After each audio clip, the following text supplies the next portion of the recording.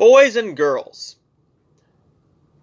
The movie with Freddie Prinze Jr. This is a film that came in the double feature with She's All That.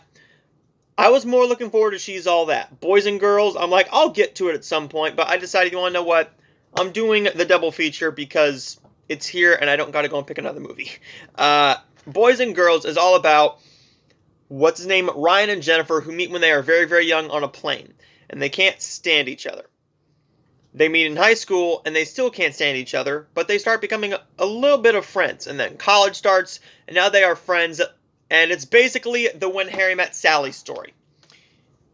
You follow their relationships for the first part of it, but they're starting to like each other, and their feelings are starting to show. Boys and Girls is not as good as Harry Met Sally. Harry Met Sally is one of the greatest rom-coms of all time, and I personally love that movie. Boys and Girls follows that formula, not to a T, but pretty standardly. And the movie isn't all that good. The chemistry isn't there between Freddie Prinze Jr. and Claire Forlane. I didn't think there was very good written chemistry or on-screen chemistry between the two stars here. I like Freddie Prinze Jr. and I like Claire as an actor, but besides that, what I really liked about the movie was Jason Biggs. Being a big fan of Jason Biggs, I had no idea he was even in this movie until I watched it.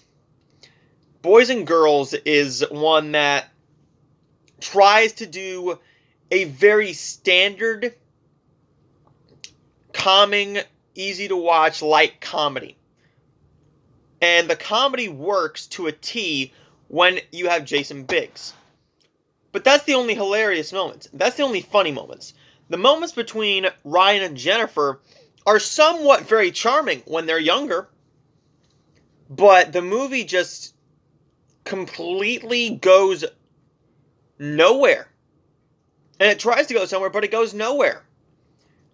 You're not feeling the chemistry between the two in high school or in college, so you are so disinterested, or I was so disinterested in the movie within the first 15 minutes. And despite the fact that this happens in a lot of the rom-coms of the 90s and early 2000s, and even a little bit in the 2010s. Hopefully you don't see it in the 2021s. In the 2021s. In the 2020s. Actors are way too old to be playing high schoolers, like Freddie Prinze Jr. should not have been playing a high schooler. Paul Walker should have not been playing a high schooler, since he went on to be in Fast and Furious just 2 years later. Freddie Prinze Jr., charming dude, but besides that, I didn't think this movie was all that special. I don't think it's awful. I think it's just pretty mediocre. Boys and Girls is not one that I'm going to remember in probably a week. But am I going to be keeping this set? Probably not. I'm probably going to put this in my trade pile. She's All That and Boys and Girls were not awful movies. They're just very mediocre and subpar. But She's All That was better. But Boys and Girls is going to be getting a C- from me.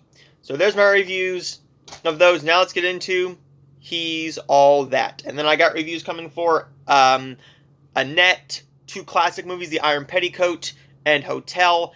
If you guys are interested in those, Annette is coming. We also got reviews coming for the new Hallmark movie and the new Up TV movie, so those two are coming, as well as still some August movies, Annette, Respect, and The Exchange. So I will see all of you guys next time.